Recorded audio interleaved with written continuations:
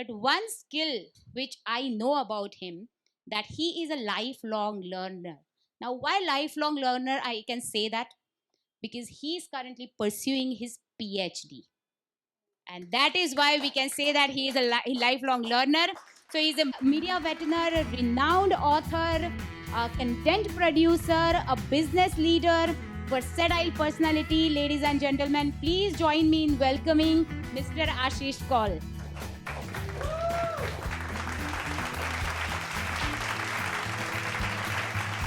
Thank you very much, Rinkal. Thank you for making me so nervous.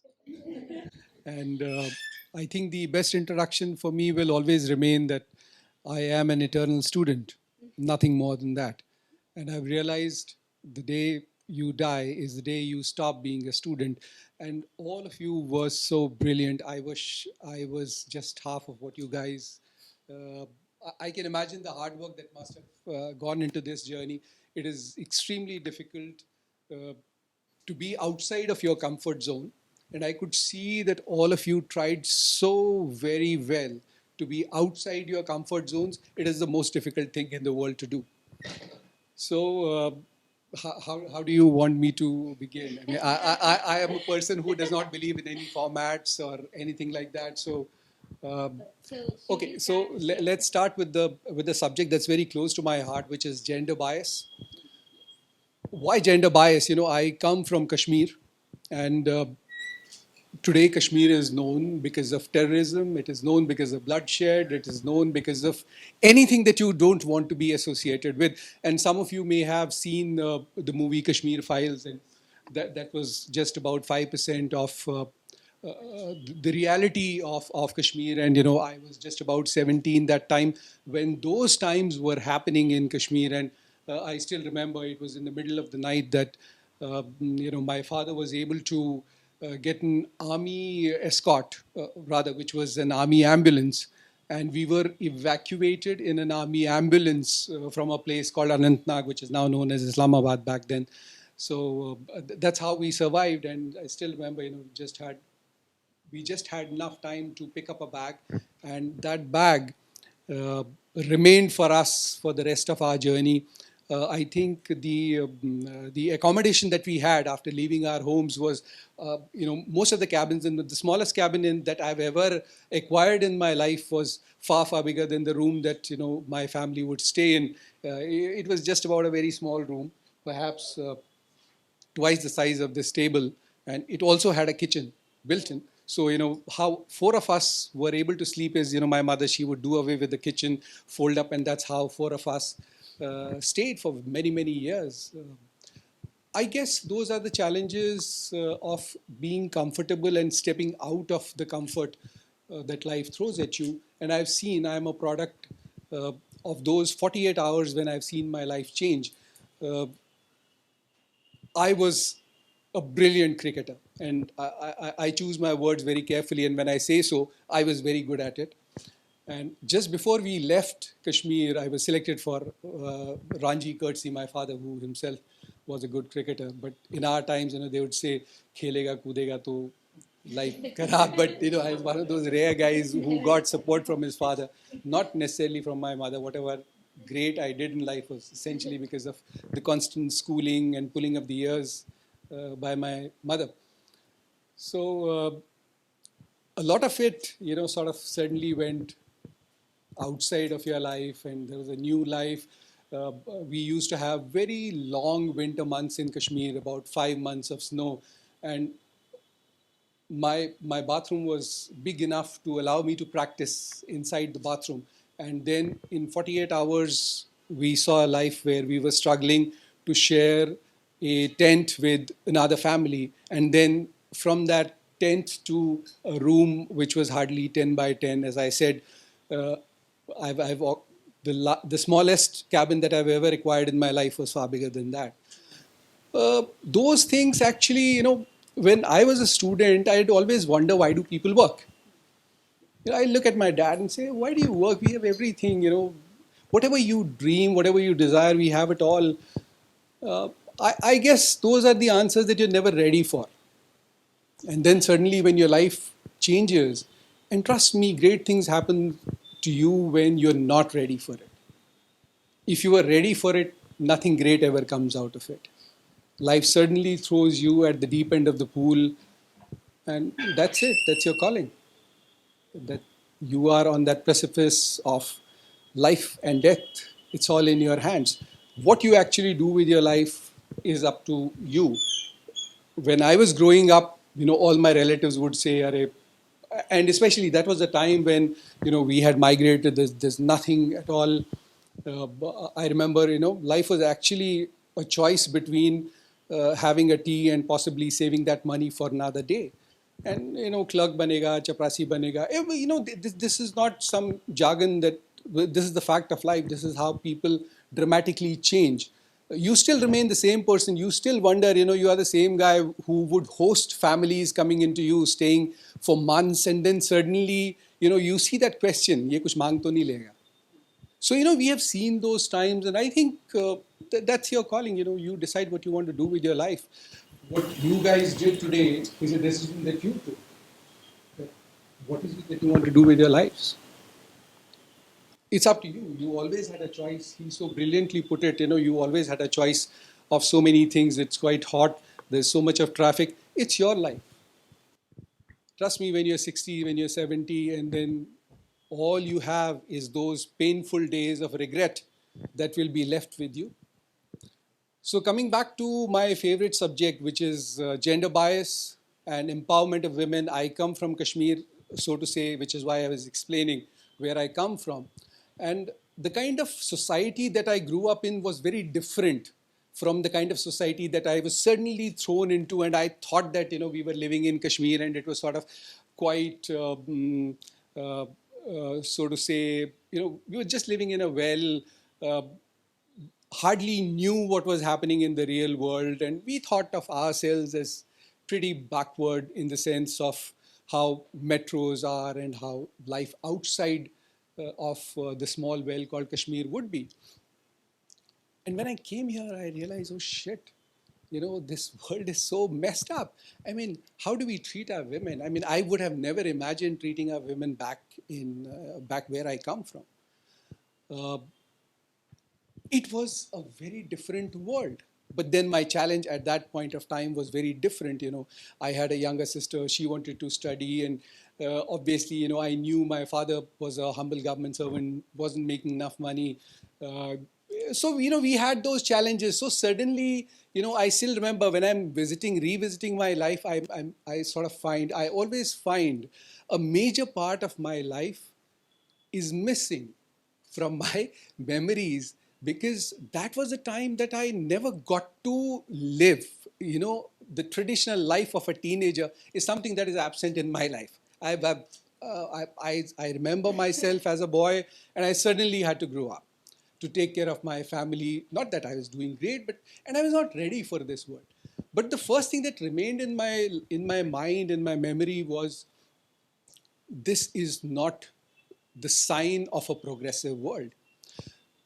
In a manner of speaking, I come from a matriarchal society. So today, when you say matriarchal society, you think of southern part of the country where you like to believe it's a matriarchal society. It is not. It is matriarchal society by design, because most of the men who are working outside, and therefore women as decision makers within the families. But that's not a true matriarchal society. A matriarchal society is where a society runs on the fundamentals that are created, controlled by women. So a woman gets to decide what kind of a family are you going to throw into the society. We come from that society where men have always been the breadwinners, but the decisions of the kind of world that you create for yourself lies with the women. I come from a society which was largely crime free. We never got to see any crimes. I still remember we had an overwhelming majority of women who would work back in the 60s, back in the 70s, back in the 80s. And most of them, because Kashmir did not have much of it did not have much of private investments, so to say. It was all government jobs. And most of the women were in government jobs. And they would work in far off places. They would stay alone. And dare you ever look at a woman just like that? No, it would not have happened. Even during the 90s, you never had the burqas and stuff like that. even my memory is that, my father would would create an investment more for my sister than for me. So in our society, you will not find a woman who is sort of, I'm referring to, the much older generation who would be in the 60s and 70s and perhaps 80s. It'll be very difficult to find a woman who's possibly 10th pass, 12th pass, or just a graduate. No, you will find them as doctors, you'll find them as scientists, you'll find them as administrative officers, you'll find them as people who have been leaders in whatever they do. My grandmother, who passed away good 20 years ago, in those days, she was what would be called as Ratan Bhushan Prabhakar. So that would be their level of high school, secondary school, and graduation. So that was for me the true matriarchal society. But here it was, I started working out of Delhi and I saw it was a nightmare for women. 6 baje ke baad to Bhagwan hi Malik hai Delhi mein. And things haven't changed as yet. It's a struggle for women to go out there and be in a bus. It's a nightmare. The way they get harassed, it's a nightmare. The way women get harassed, even in metros like Bombay, it's a nightmare. I never imagined a society like this. I thought this would be more progressive and possibly we were sort of backwards. I realized this is a whole different level of game. And then you see people, sad events like Nirbhaya happening, and our memory of women is totally different. And therefore came Project Stree Desh in my life. The reason for doing Stree Desh was a woman called Didda, Didda. It's called Didda. We call our elder sisters as Didi. We called our grandmothers as Dadi. So the genesis of Didi, Dadi is the name called Didda. Didda means a woman with authority, a woman who wields tremendous power but is in control of that power. So it is not like wo bandar ke haath mein us tarah de diya hai, so it's uncontrollable. A person who has power and a person who knows how to control power. Maybe somebody like, for any lack of any other example, maybe Hanumanji. So he knows how to control power, or people who are as powerful, as brave as him. While I was doing the story of Didda, trying to recreate the story of Didda, I realized that India had a fabulous galaxy of women who today do not exist in our day-to-day lives. As a result, what happens is that when a parent is raising his children, there are no female role models. For everything, the role model is a male. Good doctor, good engineer, good IAS officer, good politician, for every walk of life, you have a male role model. And therefore, what is happening is when a mother or a father, when he's raising his children, he subconsciously is trying to peddle into his child that women are weak, they are not that capable, and therefore, you have given rise to a society that likes to extend a courtesy to women. So whatever we do in day-to-day life, getting up from a chair, offering it to a woman, it's a courtesy. Allowing a woman to move ahead, it's a courtesy. So we've created a world where we believe women do not deserve anything on merit, in fair merit, they deserve courtesy. Now, in a mindset like this, which is the ideal proving ground for crime against women, because you're always dealing with two categories of people. People who are normal, people who are mentally sick. So possibly there are people who do crimes who are mentally sick. Let's not discuss about that. But generally, then why does a rapist exist in a society? Does a rapist not have mother? He is not an ajanma. He is given a rapist or a criminal or somebody who does a crime somewhere. He's essentially somebody's child. So is it not true that a crime somewhere is the failure of parenting? Some parent has failed somewhere and therefore his child has indulged into a crime. Now try telling this to an Indian parent. There will be a revolt that, Indian parents, forget about Indian parents, parents universally do not like to be schooled or coached in terms of parenting. They believe they are best parents. But that's not true. Our crime, the growing crime in the society, why does a criminal differentiate between his own sister, his own mother, his own friend, and not uh, somebody else? Why? So it's a conscious call. His mind is processing that. He knows how to differentiate between his victims. He knows how to classify people he must commit a crime against vis-a-vis people. He must not. It's a choice that he makes. Who empowers that decision making? It is the family. So therefore, I realize that perhaps parents also have a challenge. They don't know what to teach. How do you give a role model to a society in terms of the aggressive society, aggressive world that we live in? It's very easy perhaps to say, but how do you tell a woman go out and fight? I mean, do you have an example? No, maybe a Rani ki Jhansi, a poor lady has been carrying the burden for last 100 years. But is it fair? No. But for men, you have a million examples. You will have even a Mohalla hero for that matter. But what about women? But did women never have role models? But did women actually never did anything? No, that's not correct. That part of history has entirely been eradicated from the people who wrote history. And who were these people? Yes. Okay. I mean, let's say they were basically representatives of the victors.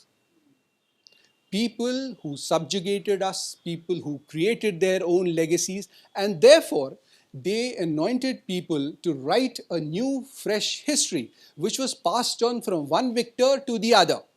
The agenda was very simple, that you must devoid them of their glory. And largely Indian society, Indian heritage, glory was equivalent to women. Now, why did I choose the word Stridesh?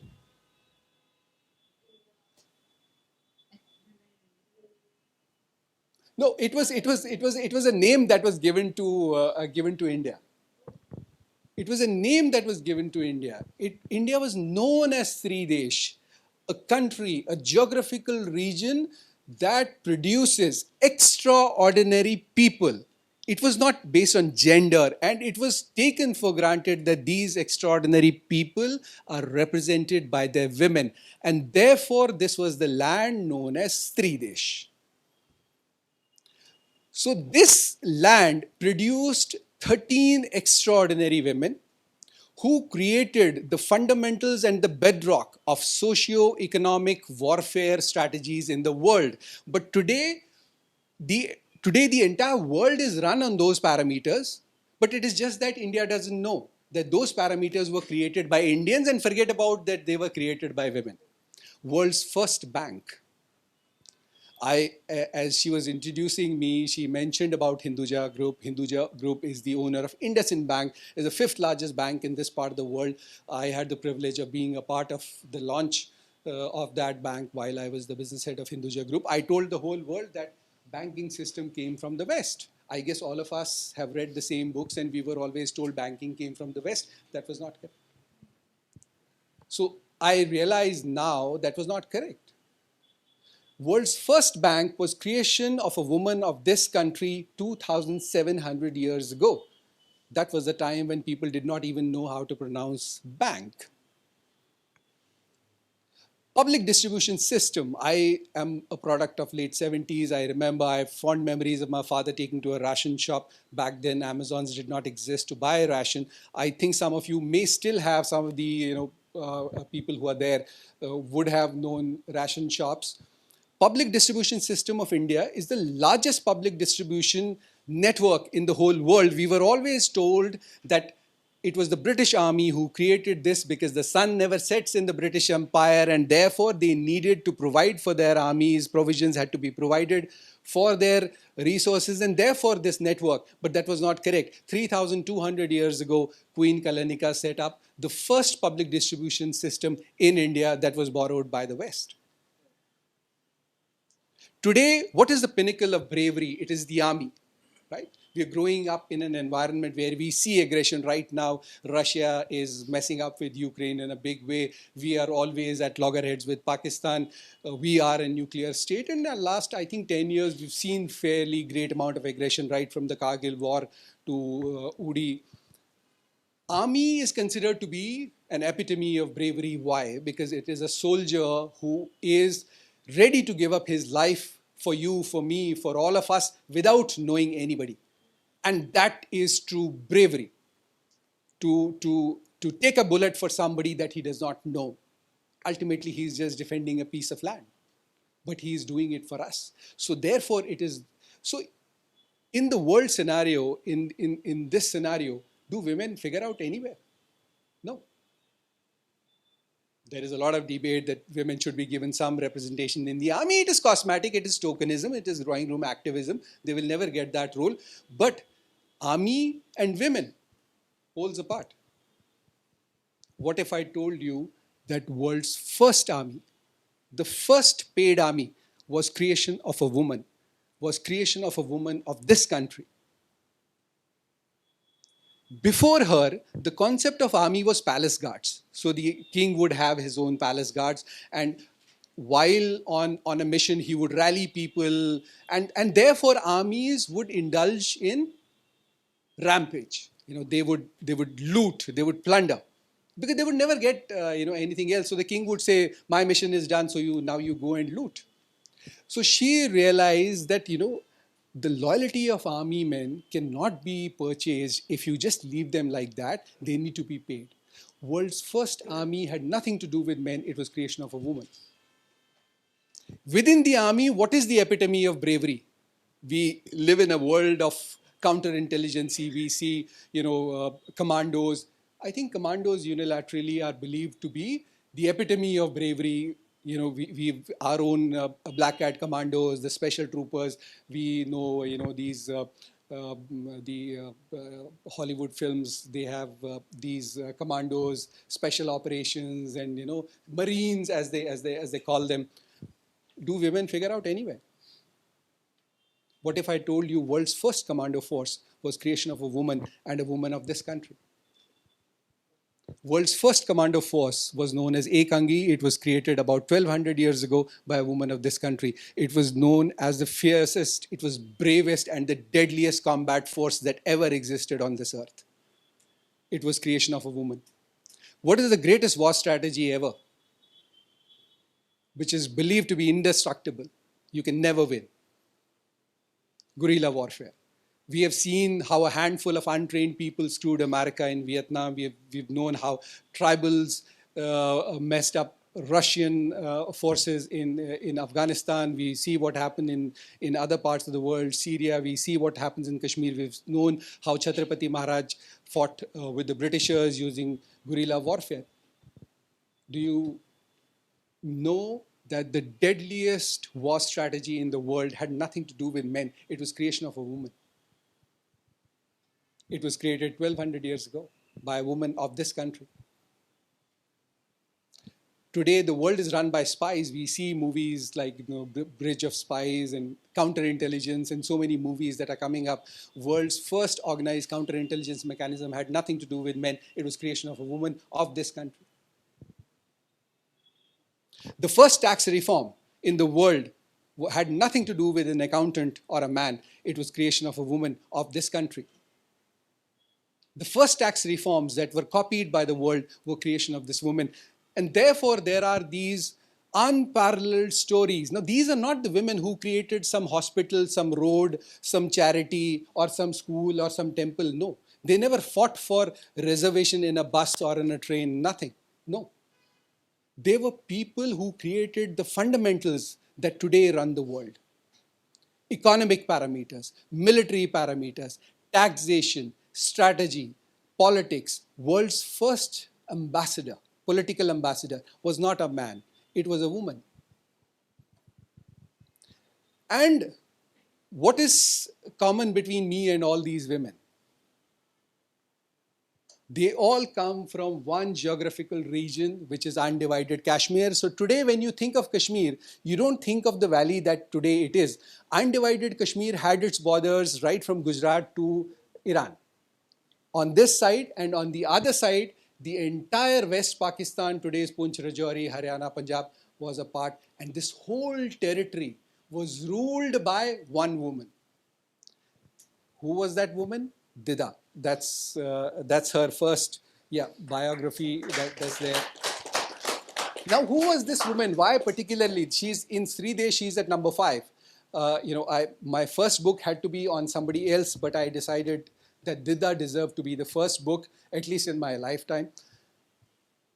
1100 years ago, there was a girl child who was born in the kingdom of Lohar. So today, Lohar kingdom, for most of you who don't know, Lohar kingdom is entire West Pakistan, India's Punch, Rajouri, Haryana, Punjab. This is among the most prosperous, now you know, because all of the agriculture, floriculture, horticulture, this is the food bowl to the world, amazingly prosperous geographical region. And she was born there. But the day she was born, her parents abandoned her.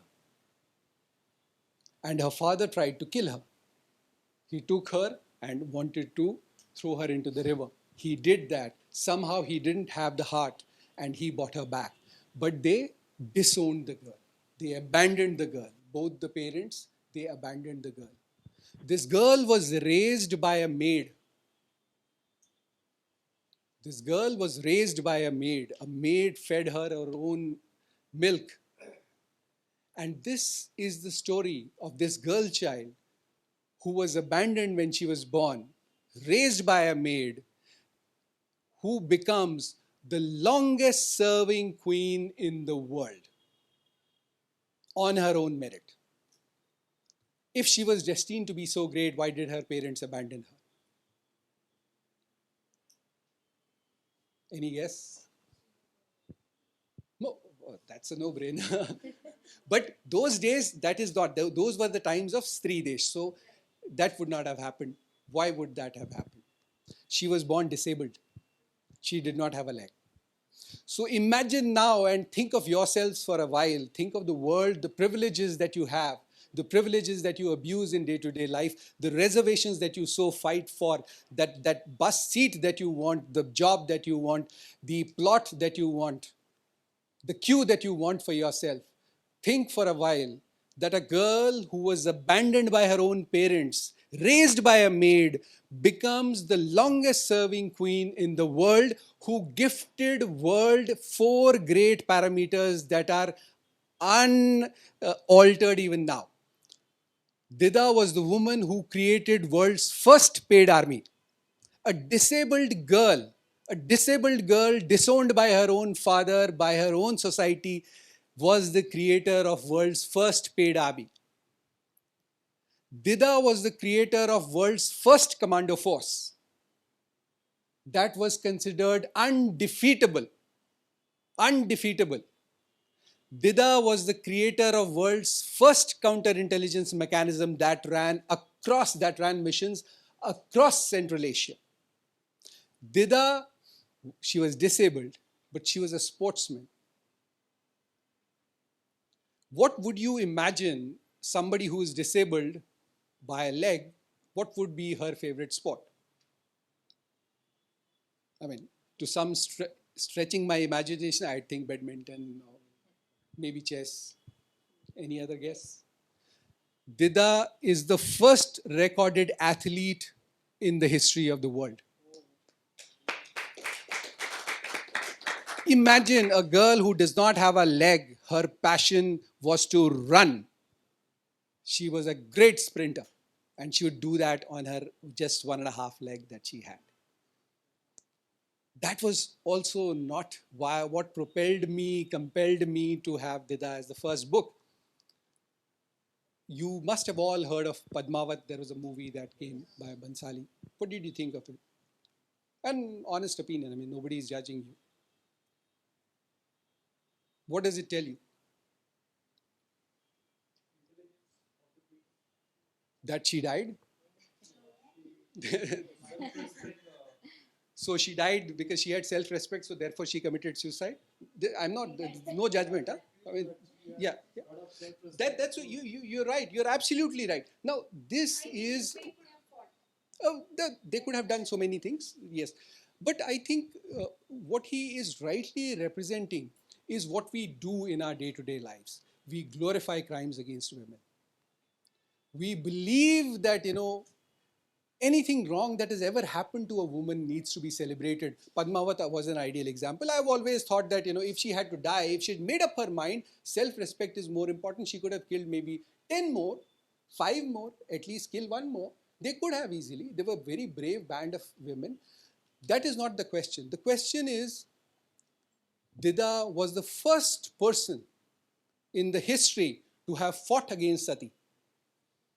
Fighting was not that important. You know, my grandmother would always say, who took me down the journey of Didda? दिमाग, शौर्य, सबके पास होता है. कुछ नहीं तो एक मच्छर तो आदमी मार ही देता है. दिमाग और आप, it doesn't take brains. I mean, there's a lot of traffic outside. Will you cross with your blinded eyes? No. So, दिमाग और शौर्य सबके पास होता है. पर दिमाग और शौर्य वो होता है जो वक्त पे काम आए. Didda was the first person in the history, in the recorded history of the world, who revolted against sati in a way that she eliminated anybody who represented sati. The Prime Minister of Kashmir caused a mutiny because the husband was dead. Didda's husband was dead. Prime Minister of Kashmir led a mutiny. And Didda found herself into circumstances where she was outnumbered. But this is a journey, a peep into the mind of an extraordinary human being, not a man or a woman, extraordinary minds. She put 2 conditions. She said, okay, I agree, but I have 2 conditions. 1, you will anoint my son as the king right now. He said, fine. 2, he said, we'll follow a sequence. The elder queen will go first. Now, it was a master stroke. You know why? The elder queen was the daughter of the prime minister who was leading this mutiny. And she believed that no father in the world could be so cruel to let harm come his daughter's way. Father and a daughter always have a very special relationship. The father may not be there to protect his daughter, that's a different thing altogether. But while he is around, we're not talking about exceptions. A father will never let, if he has to choose between a son and a daughter, he'll probably choose his daughter. And she was so sure that this is all, her intention was all this should go away. She did not want to fight. She had just lost her husband. She had a kingdom to worry about. She was thinking of ways and means by which this sati pratha could just simply be moved from her head and she could focus on the kingdom. But to her entire dismay, Falgun, the prime minister who was leading the mutiny, agreed to both the conditions. He said, okay, I'm anointing your son as the king right now, and I'm okay with this. And she is still horrified, and she still believed that no, when it actually happens, he will have a change of heart. So the next morning, when the young Abhimanyu, the son of Didda, who was 8 years old, when he lit the funeral pyre, and the elder queen began her walk towards the funeral pyre, and this girl is the only child. And her father had done he never remarried. That was the love of the father for his daughter. And the daughter was so confident that while she was taking that walk, that my father will make a gesture and this whole thing will go away. And when she was about to take the last step, and she thought that nothing was happening. And she looked at her father, who had his own battle going on, throne or daughter, throne or daughter, throne or daughter. In that last moment, he closed his eyes and he turned away. He had chosen the throne over the daughter, and daughter was so heartbroken that she jumped into the funeral pyre.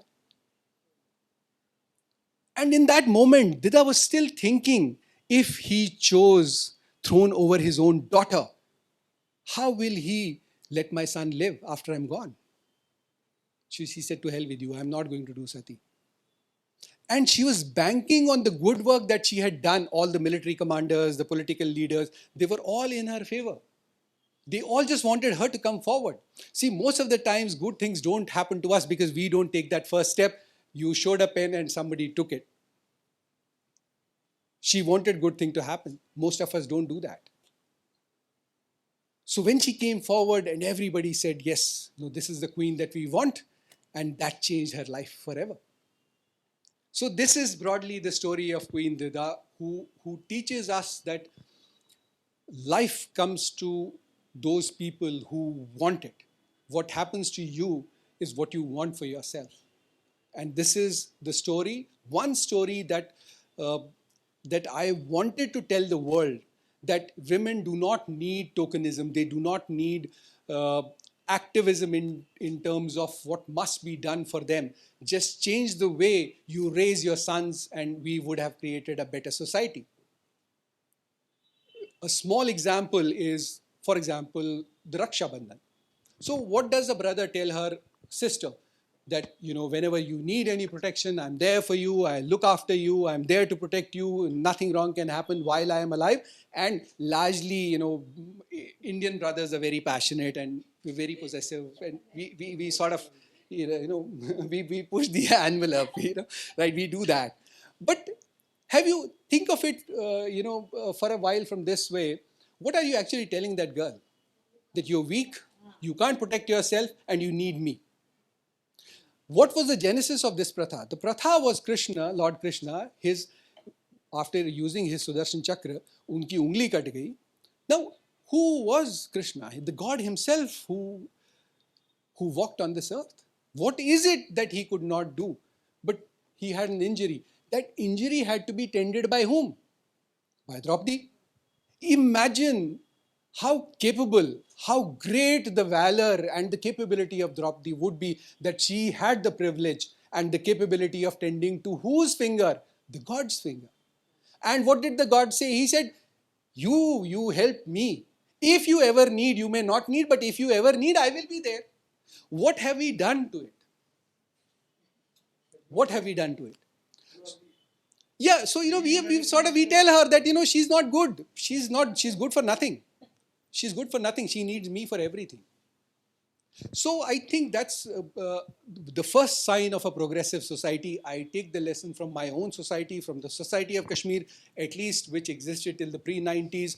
Women could do whatever they wanted to be. Some of the great scientists, scholars, administrators came from our society, unchaperoned. They never needed any protection. They could walk free. They could do what they want. Their parents would support her, and she's free to do everything that she wanted.